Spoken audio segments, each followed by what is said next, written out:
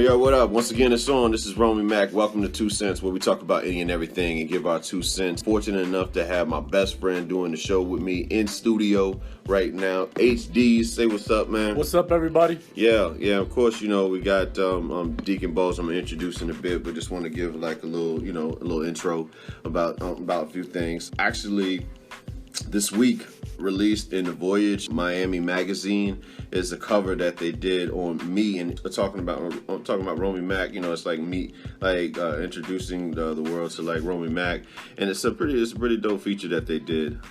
Covering, asking about like the beginnings of this whole podcast career, and I got to talk about starting it started it with like my boy Joe Collins, and starting it with Jeff, Deacon Balls, and of course Ebony, and then like the first show I did, I had like a practice show actually with some of the members of the Jet podcast, Hunt and Phillips. You know what I'm saying? We like Jay and Evan for that matter, and it was just it was real dope how they did it, and it came out real nice, and the pictures were taken were pretty well too. So we just want to start off a little bit with that, and just saying how always continue working. You know what I'm saying? Like, you never know where the blessing is going to be around the corner. You just got to stay with your craft, and that's pretty much it. That's to say about that. Homecoming is coming up for a lot of people. I just finished talking with my kid.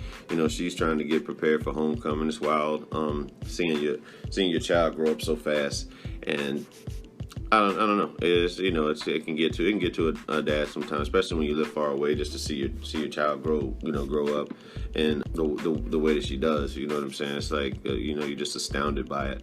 But they don't stay young forever. That's for sure.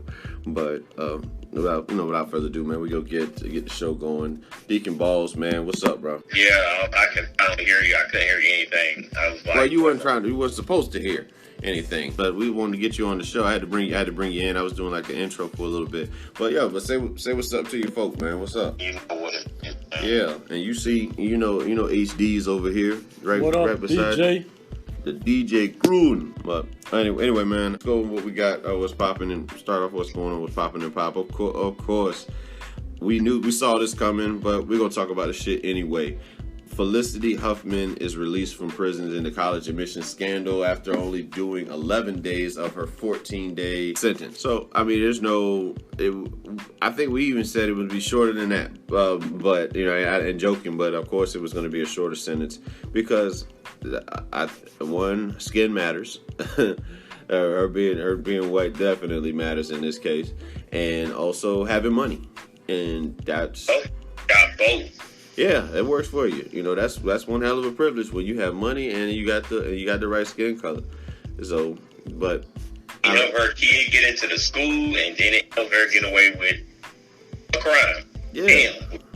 So what we have is a society where white women are killing. White women are killing. White cops. White female cops can kill a guy, and get a hug from the family for killing, or they say that's forgiveness or whatever you want to call it. That's that again, the thing that's taught in Christianity about forgiveness in a lot of ways, man. I don't know if you take out my brother, if I'm hugging you in trial. That's just not happening. H, man, what you think about this Felicity Huffman shit? Her getting out 3 days earlier before her already two-week sentence. I would have to say that it's another perfect example of white privilege, and it's definitely, the justice system is not justice at all. I think that they really need to revamp the way they call it justice. It's unfair for everyone. Yeah, because I think the black mom that did the very same shit for her kid, like changing up the address so that her kid can go to get a better education, is still locked up. I think she's been locked up for let's call it some years. I don't know exact, but let's call it some years. But again, this individual with money, and this happens to be white, is out already. I don't know.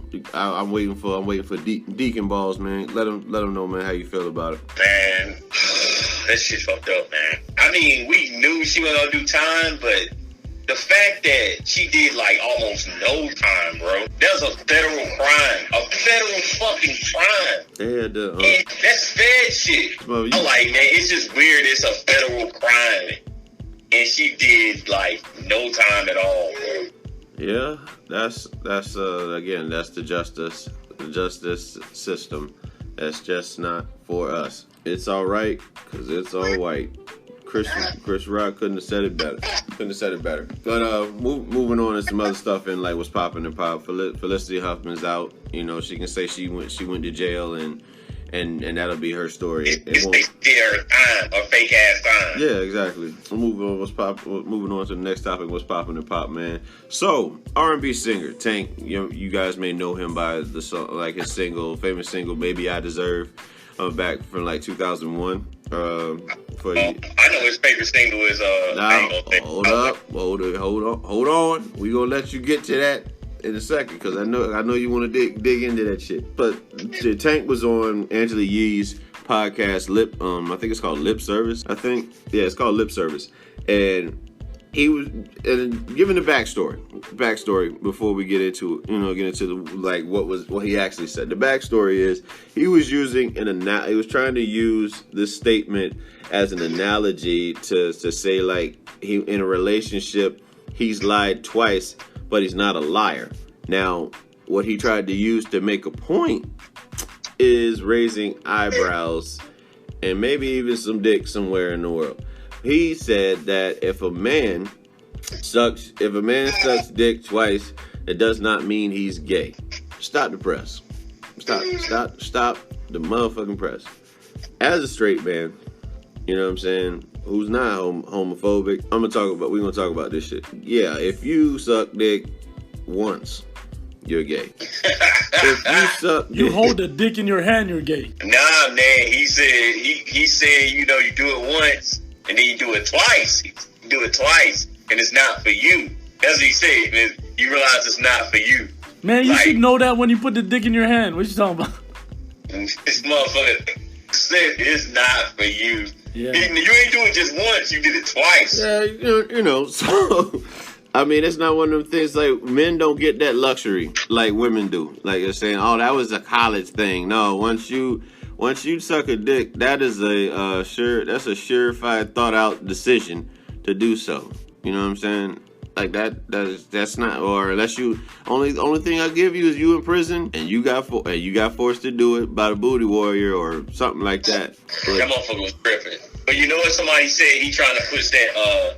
He's another person like Malik Yoba trying to push certain agenda. I don't know if that's the case. I don't even know if that's the case because it ain't the first time Tank. I mean, I can see why that individual might say that because but this ain't the first time we heard Tank say some suspect shit. They gotta push that agenda as fast. But I'll also say this: Tank album came out today, so that very well could have been clickbait. Yeah. You know what I'm saying? Like it might have been something like, oh, they get them talking about Tank. That might have been an old industry move right there. Or this new industry move where you have to say something. It's like an old 50 Cent shit. Yeah, to get people to buy your album. It could be. That very well could be. I think that was tactfully done. Because Tank is actually... He have that huge fan base. Maybe he trying to get in that Lady Gaga fan base. Well, Tank was actually on the Breakfast Club, I think today. If I'm not... Yeah, he was on... Yeah. The interview aired early this week, but... He was on the Breakfast Club this morning.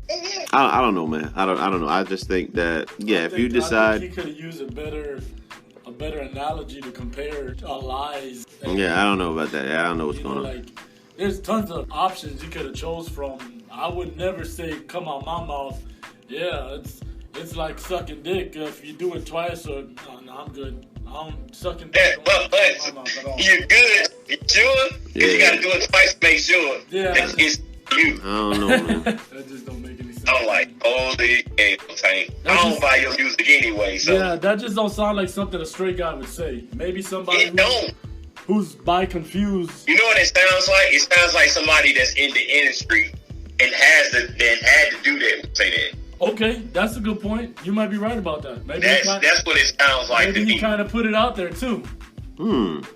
Y'all now you're leading. Now you guys are leading to something else. Trying to enlighten people about the industry. Tell us about this conspiracy theory you have, Deacon Balls. I'm just saying, that's what that shit sound like to me. That sound like something that he, you know. I'm just saying, like, you have to, you gotta, that's a conscious decision. That's a conscious decision you have to suck a dick. Maybe he ain't trying to get on Terry Crews and shit, you know what I'm saying? They walk up to him and grab him. Yeah. You know, he let you know right now. I don't know. That shit wild to me, man. I honestly feel like, looking back at everything, I feel like that was definitely clickbait for the album. That's true. Could be, man, but clickbait. This is what I don't understand. If it's clickbait, your core fan group, with its ladies that's into your music, ain't gonna fuck with that. There's nothing they can tell you that you're gonna gain followers and everything from what you said, but the truth is you won't. I promise you that. Man, I'm gonna keep it, I'll keep it motherfucking straight with you about this whole Tank thing. Tank is not going to lose his audience because of that statement. I promise you. There'll still be ladies still waiting for him to gyrate. It's like a whole bunch of guys in Atlanta that can pull mad women, man. And they still got a boyfriend. You know what I'm saying? Like, that shit is real. It's like, this shit is real. That's just what it is, you know what I'm saying? Like, hey, I think he could lose a fan base. I think there's a shortage. There's a shortage on black men, in a sense, because of the sense that we as black men, some of us have like variety, or most of us have branched out into that variety. And then there's like a lot of black women who solely date black men. So this is like a shortage for them. You know what I'm saying? Like, as to where we look at the entire menu, these black women are looking at one particular item when they go to that. When they go to the Chinese restaurant, they want that General Tso's chicken every time. Which is kind of like me, you know. So when I go Chinese food, I always get the same shit. But in this case, like the black women, they want the black man, and and rightfully so. So, but also, you have there with us now. You have black men that are gay, and then you have the black men that are into outside races. So it's definitely it's an interesting time for the black woman who's solely into nothing but black men. I'm just thinking like this shit is on some other shit. I think it's more of him doing it kind of feels like a confession. Why the fuck would you say something like that though? I don't know. We're just waiting. Well, we'll find out. We'll see what he says on the Breakfast Club, because I know that they are not gonna hold back on that thing. I know they're gonna figure something out. Maybe he brings out Malik Yoba, like you said. Last thing, and what's popping and pop. We'll talk about Kanye West, man. Kanye West said he was addicted to porn after he read a magazine, a Playboy magazine, when he was 5 years old. If he addicted to porn, look at his wife. That's a good point. Yeah, I'd be addicted to. Well, I am. Shit. I think. Yeah. I guess I'm still working through that. You know what I'm saying? I've already admitted to that. And if anybody's read the interview, say yeah, I definitely feel like my addiction, like to porn, and my shit goes back as like a kid. You know what I'm saying? I can recall seeing, just happen to be like seeing stuff that my pop would have like on TV and stuff, or running across his stash too. You know what I'm saying? That's just every dad got a stash. Yeah, Dad, that is. Yeah, that's for sure. You run through the stash and like, wow, this is a lot. You know what I mean? So, but it has that, it has that profound effect on you, because you want to know what this is, and then when you don't have when no one wants to talk to you about this shit, you're like, okay, I'm gonna figure it out for myself. And what's so wild is that I'm such a late bloomer when it comes to I don't think my porn addiction really kicked up until I started masturbating. And I was a late bloomer when it came to masturbation. I didn't start masturbating until I was in a long distance relationship with a girlfriend, man. And then I think I was maybe 22, 23 or something like that. And it was roughly her idea. Then I discovered I can get that very same result that I want without all the feelings involved. And I don't know. Maybe it's different for every other guy, but it's kind of like how I tapped into that. But Kanye, man, there's a lot of things going on with Kanye this week. He admitted about the porn addiction, and also he said that he would not be making secular music anymore. And today, actually, which will lead way to Kroom's segment, Karumbe's segment, Top Joints and Games. We're talking about Kanye West released a gospel album today.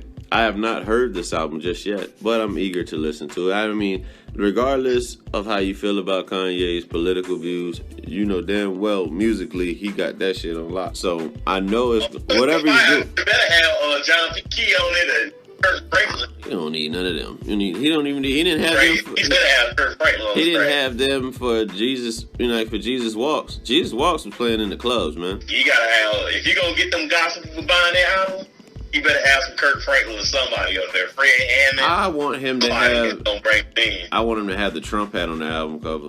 I want that version. I want that special edition where he has like him wearing that Trump hat, just like for really just standing behind his views, man. That's just funny to me to see him aligned with with Donald Trump, with him aligned with so many like if you've seen any of his Sunday services clips, it's like you really do feel like God is in the building, man. Like the way it's just so soulful how they do how they do that. They fellowship with the music.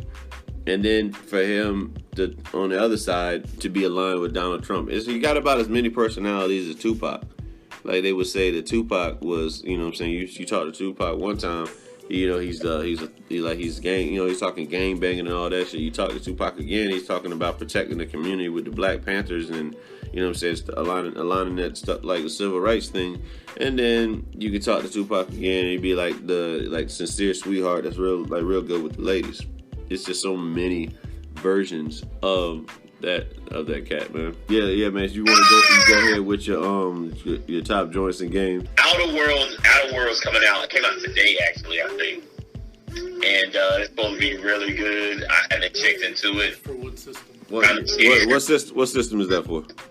It's kind of like a space exploration type, whatever. Hey DJ, for what system is that for? Xbox and PlayStation, or once exclusively? Both. It's for both, I think. Okay. Yeah. But there's a lot of talk about it. It's one thing that just happened in the game. It's Bethesda, for those who don't know. People that makes Fallout, I think, Fallout 76. So these guys, Fallout 76 came out about a year or two ago, right? The game was broke as hell, all to hell, and they were basically giving the game away for free. So now they're trying to charge people $100 to do online play on the game, to get your own like private servers and stuff free. Yeah. $100 a year. And staying on the subject of gaming, man, what can you tell me about this WWE 2K20 Fallout? I really don't know much about it, man. From what you was telling me, from what I've been hearing, is people trying to get their money back because it's that bad. Like it's fucking broken, and there ain't no way for them to fix it. Well, I got somebody trying to buy 2K19 right now. That's probably why they trying to buy 2K19. That means it's going to work out for me. So I mean, they're going to be like when it comes time for for the final hours, there's going to be a lot of bids put in on my eBay account. So I appreciate that. Romy's Retroland on eBay. You appreciate them fucking up, basically. Yep, exactly. I appreciate that. Help me out so you can get the copy from last year and continue on with your daily services. That's what I want to do. That's what I'm here to bring. I'm here to bring you the game that you want. There's still more, man, going on in gaming because the Call of Duty Mobile that came out. That's the latest one, right? They have like this shit is so fucked up. They got like a looting system, right? Like where you pay for something, it's like a looting system. And with the looting system, like every time you spin the wheel, you pay even more and more money. So the Call of Duty Mobile, a bunch of YouTubers and just random people have found out that it's not random, actually. They say it's random, like it's supposed to be random. But it's pretty much like gambling. Well, gambling is supposed to be random. Yeah. But it's not. They have put it down to if you roll the wheel, let's say a certain amount of times, they know exactly what you're gonna get. Yeah. And you have to roll the wheel 140 something times. Basically, you got to spend $150 just for the thing that everybody wants. To get something. Yeah, to get what everybody's going for. Oh, I see. They have put it down to the exact amount of how much you have to roll the wheel to get it. That's basically, from what they did, seems illegal. I know. Yeah.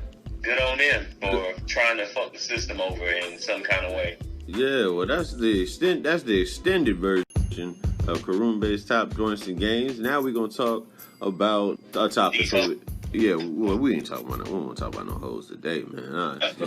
No, thank you, no, thank you. As Ashton cousin said, as the cousin said that time, he said, no, thank you, bitch. I ain't trying to sell you nothing. Yeah, Ashton was stupid for that, bro. But jumping into today's topics, man. First topic is, when is it too late to pursue a rap career? Now, I have my rap music connoisseur on the show, Deacon Balls, man. You know what I'm saying? Who's quite the rapper himself. Many may not know. I would play your Like Whoa record, man, but you know we hate hearing ourselves. So that was a fun night though, doing that shit, man, over Chubb's homeboy's crib. But in all seriousness, when is it too late to pursue a rap career? In your opinion, bro? I don't think there's okay, if I think you're like 50 and you starting out, you know, that's too late. But for the most part, a lot of these rappers are older. You just don't know it. They got young and all this shit. And they start out like, some of these dudes are starting out like 30, man. They've been in the game. A lot of these guys, because it's so hard, you know, they got so much other stuff to do. They starting out late. Yeah, I mean, it's just a different. I think it's just a different industry that we're in right now, man. Like the fact that we control our music. We have more control over our music than we did before. But like, because in order for your music to get heard, you used to have to go to the labels. So now you can make the labels come to you. Once you get a website established, you start printing out your own music, and you work on your own distribution and your publishing deal, and pretty much you become your own boss. Yeah, you become your own boss. And you cut out the middleman in the industry. I just feel like a certain concept, like again, me and H-Dizzle was in this spot called Tao last night, right? And I find, we're sitting there and we're just vibing in the club, and I'm listening to the music, and I'm just really standing there like, yep, I am officially too old for this shit. Like as far as like keeping up with not even keeping up with the music, not just that part, but more so like the dancing that goes along with it. Like I'm not able to do that shit.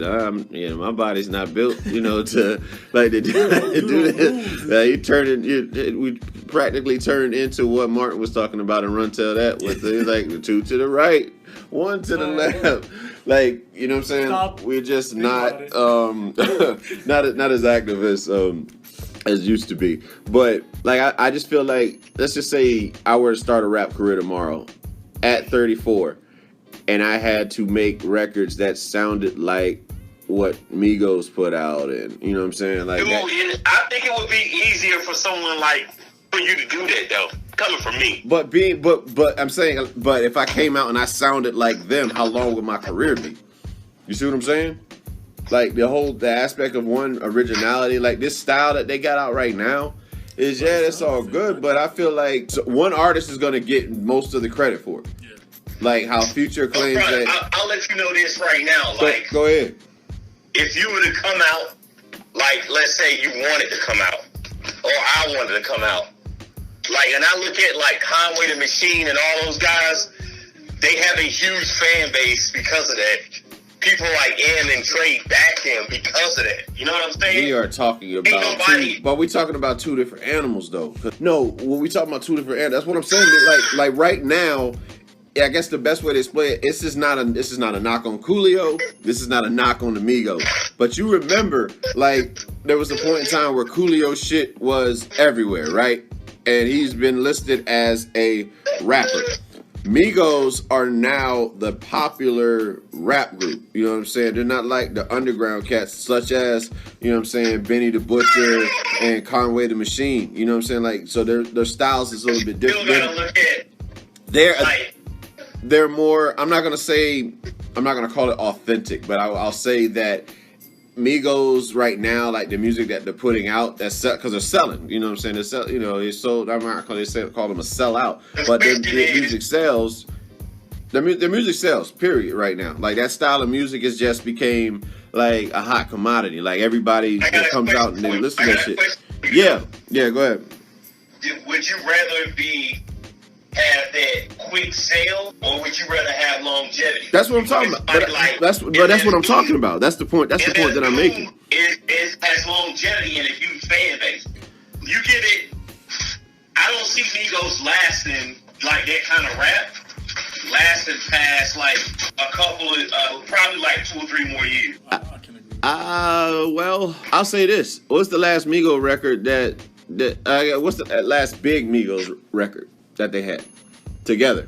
Because Offset was spanning off, and Offset was fortunate enough to align himself. I don't think he did it on purpose, but it just so happens the person that he fell for that became his wife has the spotlight right now, so he kind of got like an extension.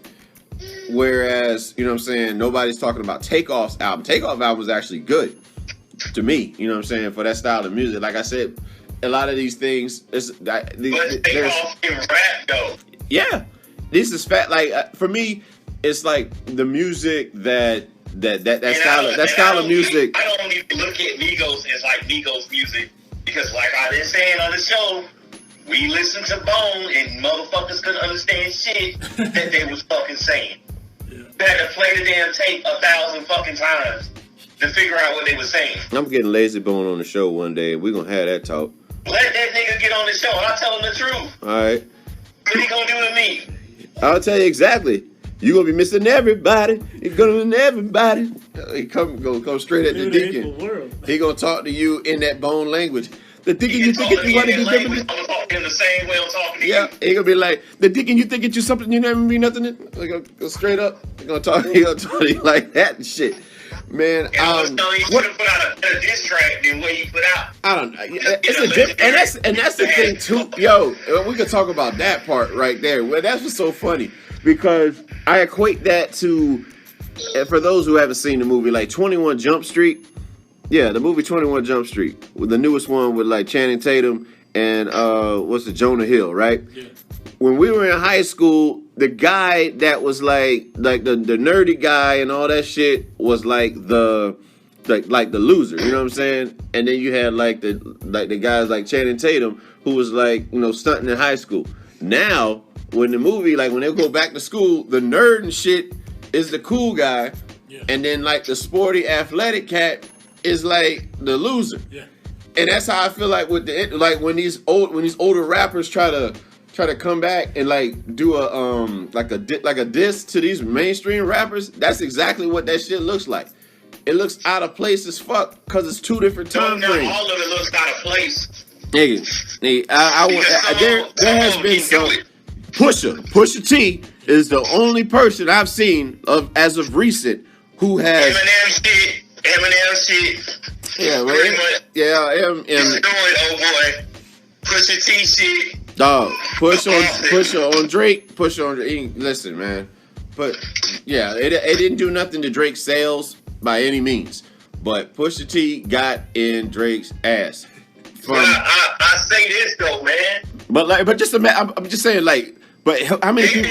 They've been continuously putting out music though. Have you heard? Be Bone and don't continuously put out music and think all of a sudden you know how this genre is. That's what I'm saying. But that's what I'm saying. Like, imagine if, like, I'm pretty sure DMX has made records towards Drake. Like, at first, remember he said he really wasn't fucking with Drake, but now he cool with him. But like, if X at that time came out and put a diss record on Drake when Drake was at his hottest, it looks so out of pocket. You know what I'm saying? Because X's style is so different. You know how to look out of pocket? Because the nigga ain't been doing shit. That too. You see how, I guarantee if Jay-Z was to diss somebody right now, motherfuckers would be like, damn, he smoked their ass. Yeah. Because like I'm saying, it depends on who you respond.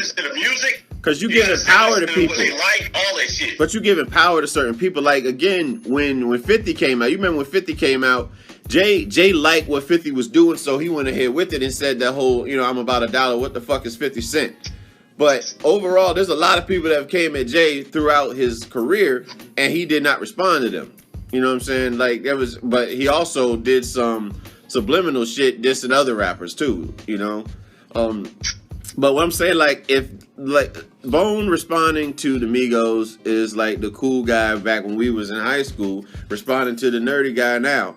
it's just a different. It's like it's even so see it that different. way. I don't see it that way. Well, this is me. That's my opinion on it. It's just like, you know what I'm saying. Like the Migos, like that style of rap that's big right now. Like, I guess they call it, you know, it's like the mumble rap, or all the beats they got the snaps and shit on it. You know what I'm saying? They got the 808 sounds, and then it's got like the snap in it. We heard all that, basically what we heard last night. Yeah. You know what I'm saying? Like that type of style of that style of rap is what's popular right now. Like I'm not able to get it. That's why I never get into it. Music.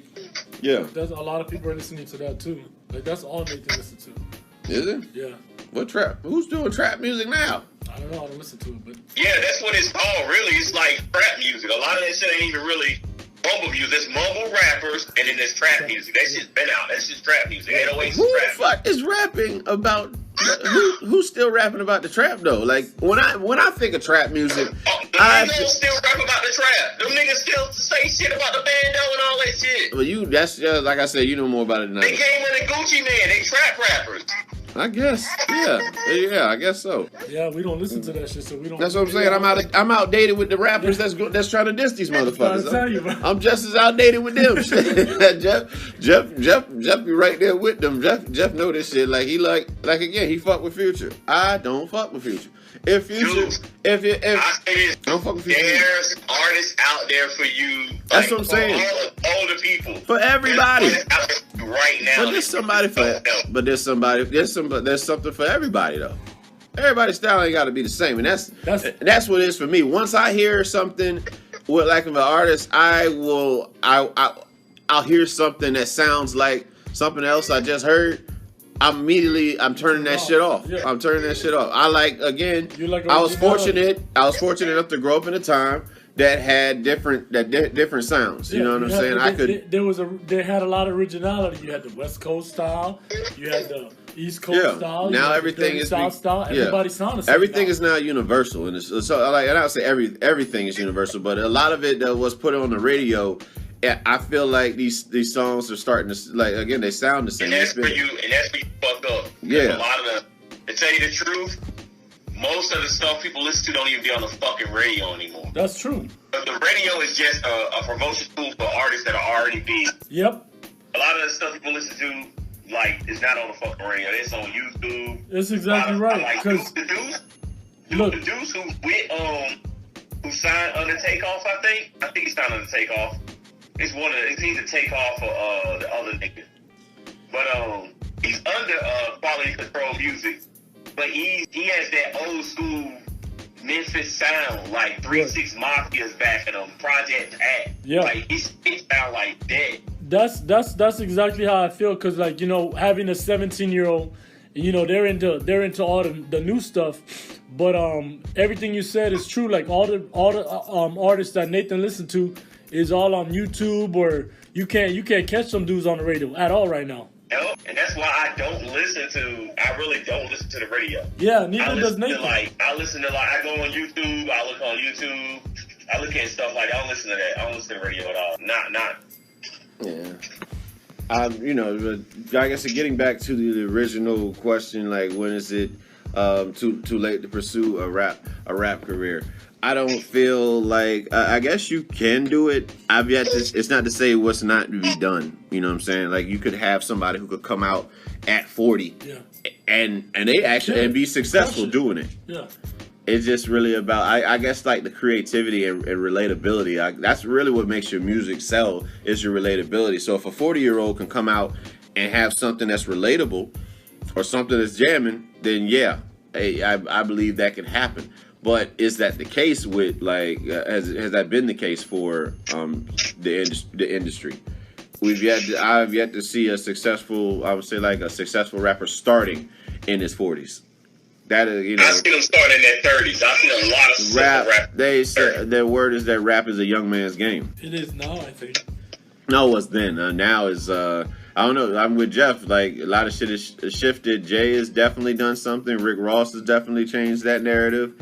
To be honest, Rick Ross been off for at least 06. 15 years. 06, so about 13 years. But when he started, he was He was what? Ross started Late 20s? because he's born in '70. Like I said, all the Griselda gang are you like older niggas, but they sound like Wu-Bang. So he was about 29. They're older style. 29, you know what I'm saying? Late 20s, 50 was 27. Yeah. When he came out with I take that back. It wasn't Get Rich or Die Trying came out when he was. That was his first album came out when he was 27, but he had been rapping since he was probably about 24, 23. Yeah, like when he did How to Rob or whatever, he was about 24. Yeah, I mean, like I said, Flow Rider like older when he came out too. Flow Rider, yeah. Who see, but we got there's different lanes for. This Flow Rider's 40 No. bro. Hold on. I'm not knocking. Let me be clear. If Flow Rider, you know what I'm saying, like, here's this thing. This is not a knock on you, but there are different lanes of rap and what we qualify. Like, again, with these fucking lists, and we have like top 50 best rappers, and you know what I'm saying. You're not going to have Flow Rider on it. Like on lyrical ability. Guess what I'm saying? But he made a success by the lane that he was in. He was smart because he knew his lane. You got some people that again don't know they don't know themselves yet, so they're not able to excel. If you don't know yourself, you won't excel. Period. You know what I'm saying? Like Flow Rider was like the Coolio, the Nelly. You know what I'm saying? Like again, Coolio wasn't battling any fucking body. Like Sticky Fingers wasn't battling, you know what I'm saying?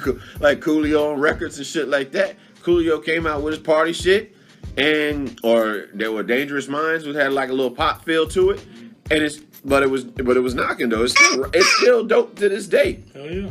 You know what I'm saying? I'll listen to that shit. But like with Flow Rider's more like party music. Yeah, I call it. Yeah, it's about Club that. Music. Yeah, you know what I'm saying? Like Pitbull. Yeah. Perfect. That's perfect right there. That shit works. I don't know. I mean, it's great for like the club scene, depending on where you live. Like in California now, in Virginia, Flow Rider. That's where the money is, though. The money's in the club scene. Yeah, Absolutely. the money. But are we talking about when we talk rap? Are we talking about album sales? Or are we talking about actual like skill level? And that's what I'm saying. Like again, if they made a list about top selling rappers, you gotta put Flow Rider in it. You gotta put Pitbull in it. Yeah. Eminem's there. You know what I'm saying? Jay-Z. Wu-Tang. Yeah, of course. They started a cult. They started, you know what I'm saying? They started a cult, man. That might have they have true. Groups. They have the biggest following. They have some of the truest hip hop fans, like Wu-Tang does. And you know who else has true hip hop fans? Tech Nine. Tech Nine's got a strong ass following. Based on. Oh, did you see his old boy signed back with him recently? Who did? Kizzo, whatever his name was. He signed his paperwork during the show, and Tech Nine didn't even know. His wife brought the paperwork out. The crowd was going crazy and stuff because, like, he just stopped rapping and all. You know what I'm saying? At one point. Yeah. And I guess it was a big moment, man, because he was signed with them for 3 years, and he didn't have. He wasn't even signed with them. He just off the strength. But Tech Nine was just like, yo, you rock with us, you get money. That's good. That's just like, that's what I mean. Like. A lot of people get misconstrued by what you see on television, and that's what they want to do with rap. Whereas you can do the route like my man, like how my man Yoda down in Miami does, where he just keeps putting out just solid work. You know what I'm saying? You just keep putting out solid work. You build your audience, and you're not really going after like just being. It's not about being popular. You know what I'm saying? You're not looking for being popular. You're just trying to put out your best shit. You know what I'm saying? You develop your following and you let them come to you. And that's what I respect about Yoda. That's what I respect about like Tech Nine and like other, you know what I'm saying, artists that I was like independent artists and like, you know, they have a cult following. That's why I feel like that's where you're gonna find like the truest fan bases and the truest artists. You know, they're not it's that cult following because like that's why I was saying like that Migos type stuff. No offense to Migos, but that's gonna in a couple years. As you see, Tech Nine's been banging. They're going to grow up. Their listeners are going to grow up. Is what's going to happen, man. And that's really like a lot of even with us. You know what I'm saying? But it's just what's the content. Your content is what people are going to solely base your legacy on. So, like you said, have we outgrown Bone Thugs? I think we have. If Bone Thugs came out with an album tomorrow, would that shit be jamming? Would it be jamming? I don't know, man. It depends. What is the last Bone Thug? Any artist, any member of Bone Thug, and that's not knocking Bone Thug. It's just that you have to evolve. Everybody's got to evolve, man. We're not able to stay the same, you know.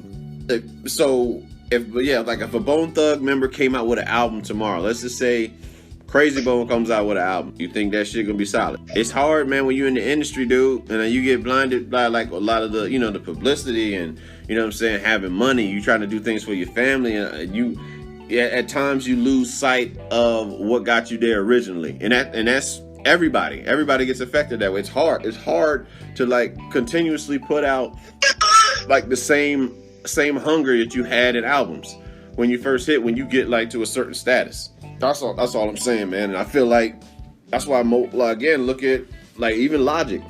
I feel like Logic's first album, he was hungry. And he's so hungry. He's gone on to sell more since then, but I haven't heard anything since Under Pressure. That's just me. Same for 50. I feel the same way about 50 Cent. Get Rich or Die Trying and like all those early albums he did, I feel like he was hungry. Now it's just like I can make a solid song, you know what I'm saying? That's he can make a hook, but nothing. You haven't had anything since.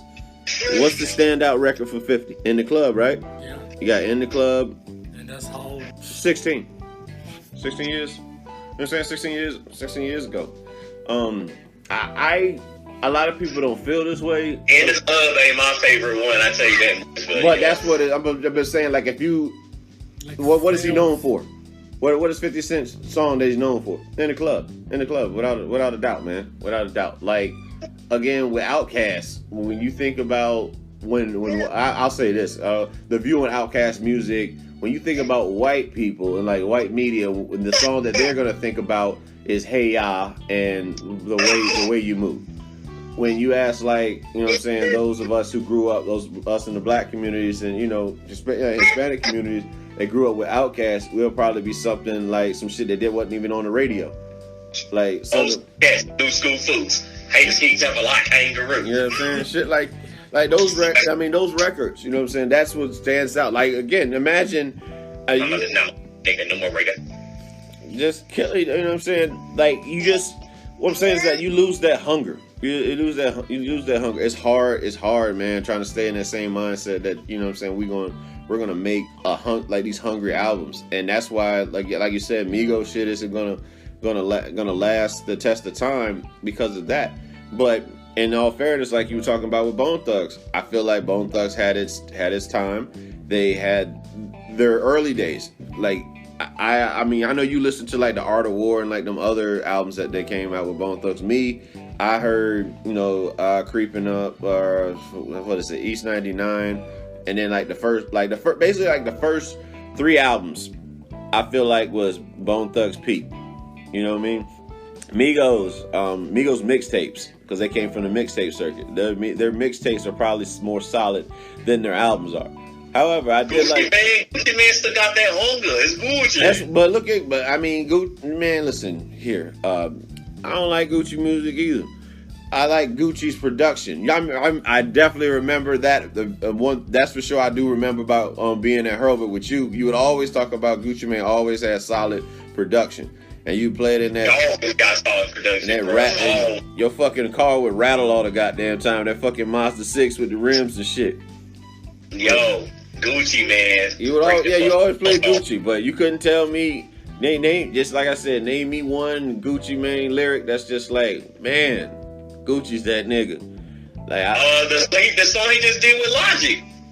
Who did a song with Logic? Gucci. His shit was better than Logic's was. Logic wrote it for him. That's bullshit. I'm not able to. Like I said, be more in depth with that because But I'll be honest with you. Gucci. I listened to Gucci's album, the one that just recently came out. The one that came out last week. I actually liked it. Let me tell you something that's shocking to me. I'm gonna go ahead and get this out. Gucci, like, we first came out, it was all in production. But since he went to jail and came out, I guess he had a lot of writing time. Gucci has gotten better lyrically, like a lot better. As much as I hate to say it, like, his older shit, he's alright, but his newer shit, he's better, man. Well, we talked a lot about this pursuing the rap career thing. I think we just got a little bit of time left before you gotta roll out and we gotta roll out. So what we're gonna talk about is now the idea that how come there's not enough support for single fathers as there is for single mothers. And right now, obviously, your wife is deployed. So, I mean, how do you feel about the fact that you like being a single father? You got to actually take care of stuff.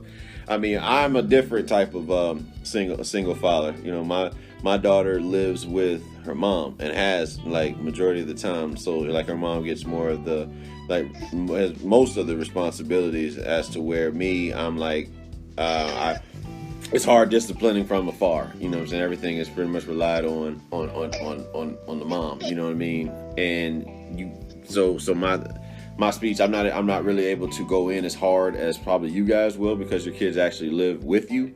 You know what I'm saying?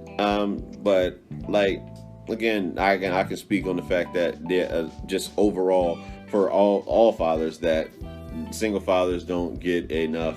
I don't feel like there's not enough support for single fathers as there is for like the single mother. But HDs, man, you can speak on the fact, man. What's it like being you know what I'm saying, a single father? What's the responsibilities that come with that? Well, I think it's definitely harder being a single dad. I take that back. I don't think it's harder than being a single mom. I just think, like the topic says, I don't think we get enough respect for it.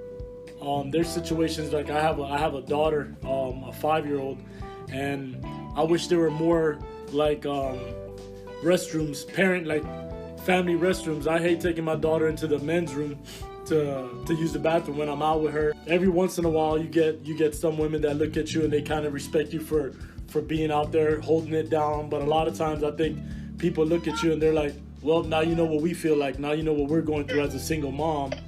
And it's like, man, I didn't try to be in this situation. This is just what it is.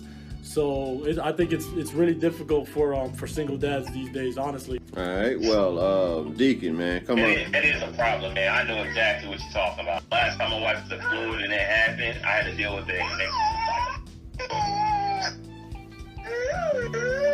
That's why Logan trying to get on the show now, man. We're gonna hear him grow up on the show. That shit gonna be funny, man. Like, people gonna be listening like the old shows, hear this little nigga cooing and shit, and then he's up there asking if he can play the game and shit with his pop. So I mean, for me as a single dad, the way it's been, like I said, honestly, you know, I won't say I necessarily don't qualify. Like, I feel like I am a great dad to my daughter. To the best of my ability. I mean, you can always do better, but you know, anytime she's needed something, and you know, they needed me for something, I've been there for that. You know, you don't necessarily always get the credit. You don't really, but you don't really get credit for doing some shit you're supposed to do. You know what I'm saying? Yeah, you're right. Yeah, you want to be recognized as a good parent. You know. Yeah, you know, and I think that was one of my things I worried so much. Like throughout, because knowing my situation as to how I even learn about my daughter. I learned of my child when she was like, you know, 1 year old. So it's like the fact that I wasn't there for like all the beginning stages. I always held over my head that, you know, like, man, I kind of left. I felt like I put my daughter's mother and my daughter in a position to where they had to do this shit alone, and I wasn't, you know, saying I wasn't there. But these are things that do happen in life, and I would always hold over my head like, yo, like, man, you know, like I feel like, you know, like, again, she has most of the responsibility, so she deserves that, you know what I'm saying, that like the recognition for you know, when it comes to our daughter. And a lot of times I would find myself like not necessarily acting like, you know, like she was more her daughter than mine, but just the fact that she has to do so much more, you know. So like, what more can I say, you know what I'm saying? But this is what happens when you're not really educated on the whole thing of parenting try and how what it's like to be, have a healthy, like relationship with your kid. You know what I'm saying? Like these are things you're just learning along the way,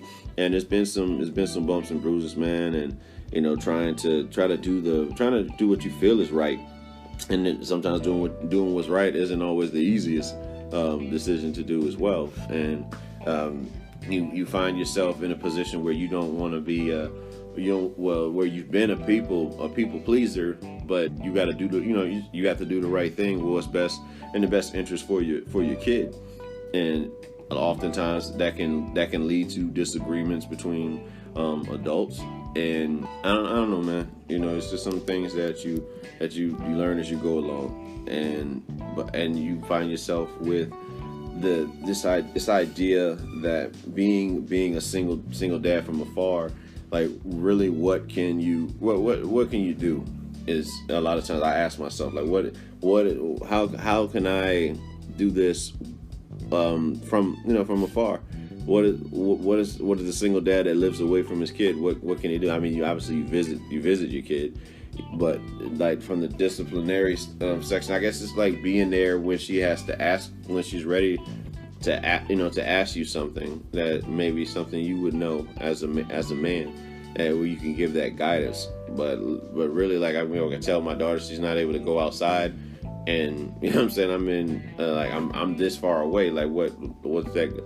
How's that going to stop her from doing that if she's under a different regime? You know what I'm saying? Like I guess rule of her mother. Like said regime, like it's whatever. Yeah. But hey, I'm gonna be real. It is worse for a single father than it is to like a mother. Government has programs and shit in place for single mothers. When it's a guy, it's like you need to figure it the fuck out. That's exactly right. That's exactly the way it is. That's exactly right. You said what? I said that's exactly right. It's just like I said. Whenever you go out, they got things situated for if you are a single mom. You go out to a mall, or you go out to anywhere. You got those handicapped spots for like expecting moms. And It's like, shit, where the hell can I park? I got this damn car seat. I got this infant I'm trying to take out with, my two other kids. And it's like, how the hell do I do that? I got to park like everybody else fucking a mile away.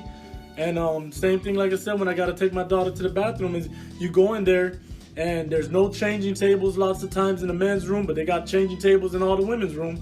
Yeah, nowadays they got a little bit more, but still it isn't the same.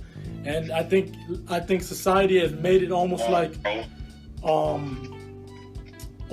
it's okay to see a single mom, but it's almost unheard of to see single dads. Like, oh yeah, he just holding his kids till his wife get out of the restroom or something. He's like, no, I'm doing this all by myself. That's like I was saying. They got like they even like welfare and other things, and then you see the mothers with kids, just like clubs.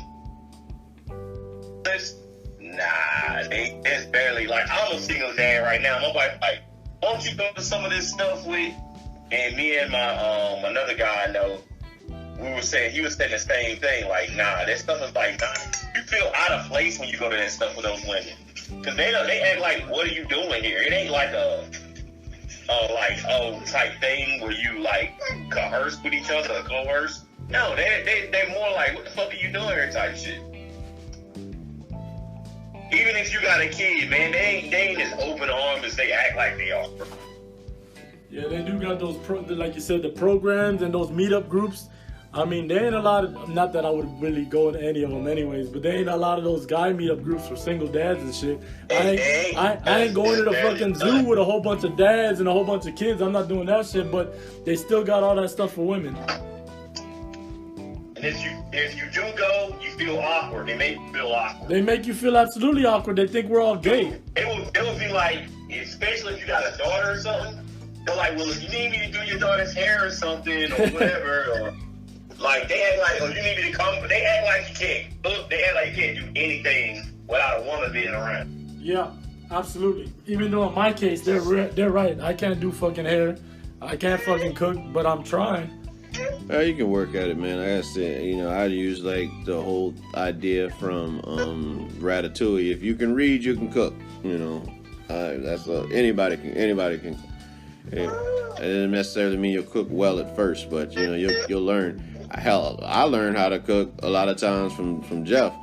Like when I started baking like chicken, like one time I seen Jeff bake chicken and he put like the rice and shit within the chicken as it bakes. So he's cooking the rice and the chicken at the same time. Oh, that sounds good. Yeah, I was like, all right. So I tried, I would just test that out, and then like. Yeah, it's basically if you see somebody make something, then you can just go in there and throw something up, man. Yeah. If you can watch it, I watch TV shows and be like, oh, that shit look legit. If you hungry enough to look at it and you get hungry, you good enough to make it. I put it like that. Right. Yeah. You'll make. I mean, you're gonna make some shit that didn't come out right. Like there's been times where I know I went through this last week, man. Times is hard right now, like with the finances. And I was like, I'm unable to go to the store and afford to get like any more groceries right now. So what I did was, I learned that I had spaghetti cooking. I started cooking this fucking noodles, and then I looked in the cabinet and I don't have any fucking sauce whatsoever. Like the normal sauces that I would have, like my like the, what I'm saying, like red sauce or white sauce. So I had like Velveeta cheese sauce, and I ended up making like this it's almost like a tortellini type shit with broccoli and whatever the fucking meat. Oh yeah, ground chicken. And so it's like a broccoli cheese like dish or whatever. And it actually came out alright. It's not something I would purposely do, but it actually came out alright, you know what I'm saying? But those are things that single dads, that's what you go through. Well, I mean, for me, like if I had, like in your case, I would make dishes that, again, I know I can do and just try to fancy them shits up, switch up the noodles. Like, oh, we don't have spaghetti tonight, we got rotini. Or I make, you get some ricotta cheese and you can make like stuffed shells. I used to love that shit. Mom used to make, that's one thing. Like my mom didn't do much cooking. My pops did most of the cooking growing up. And like when she would have, she would get like this, she got this recipe from somebody and they made stuffed shells, and that's what we would eat, man. Like again, it was like a luxury to me. Like the fact that she would make, stuffed shells. Like stuffed shells is like probably one of my favorite things to have, like to cook. You know what I'm saying? I haven't done it in a while because it's very tedious, like in the preparation. But when that shit come together, that shit on point. Jeff, Deacon got a roll. I got a roll. Jeff, you got anything you want to say, leave with the folks, man, before we close this thing out and give the conclusion and shit? If you want to know more about like that, the whole situation with the Fallout 76 and the what's the other, and the loot stuff for Call of Duty. The name of that thing. Is it the Call of The loot Duty? stuff for Call of Duty Mobile. You go to Angry Joe's site, Angry Joe on YouTube. He got all the information, man. He got the people that actually did that figured out about all the loot and stuff. Because there's people asking for that money and stuff back now. And if you got scammed by that, you should be able to get your damn money back. All right. Yeah. All right. So, from us though, be sure of always to follow the show on the 2 Cents Podcast Central page on Facebook. Also on Instagram, you can follow the official Romey-Mak page, and then the other user we have is 2 Cents the Podcast, and I think it's on Twitter is 2 Cents the Podcast, DAPODCAST, and I think Snapchat has the same shit. There's a whole bunch of social media platforms I got that I'm not even really that much active on, but I will if you get active with me. So you can check that out. HDs, you can contact HDs through me. You got to go through me to get to HDs. So as far as contact information, it's the same thing. Same for Deacon. For the Deek, you can Oh yeah. I forgot one more thing. What's up? Check out my boy Last Damage.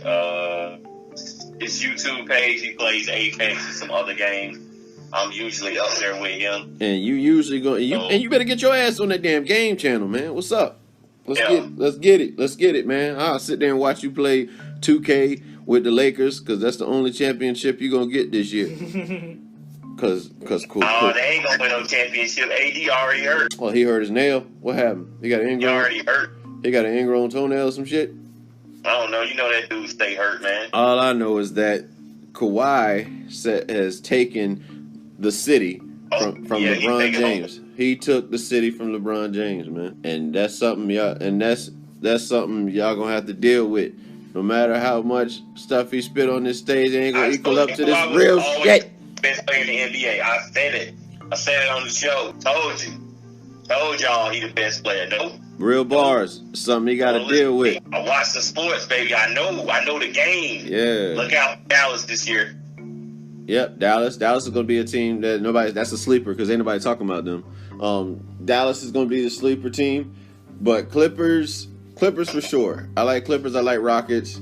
Golden State just had a bad night last night. They got their ass blown out, man. At one point they was down by 46. Like, chill, man. Don't mess with Steph and them, man. They're injured. They gotta regroup. You know, Ashton ain't nobody on that team but Steph Curry and Ashton. Shit, fucking Draymond. That's it. That is it, man. But you know what I'm saying? Like, we're concluding the show. Thank you guys for listening. Be sure to look for that interview that they did on Voyage Miami magazine on Romey-Mak. Be on the lookout for more stuff coming from other members of 2 Cents. And just leave your comments below on if you're watching or listening to on YouTube. Leave your comments below. If you're listening on iTunes, please submit your reviews. And you can rate the show. I mean, rate the podcast, or you can leave a review and just talk about the show, what you like, what you didn't like. Either way, we just appreciate you taking the time to do that. But for Romey-Mak, for HD's, Sugar Booger couldn't make it. She's out there handling her business. She got to do work. Priority comes first.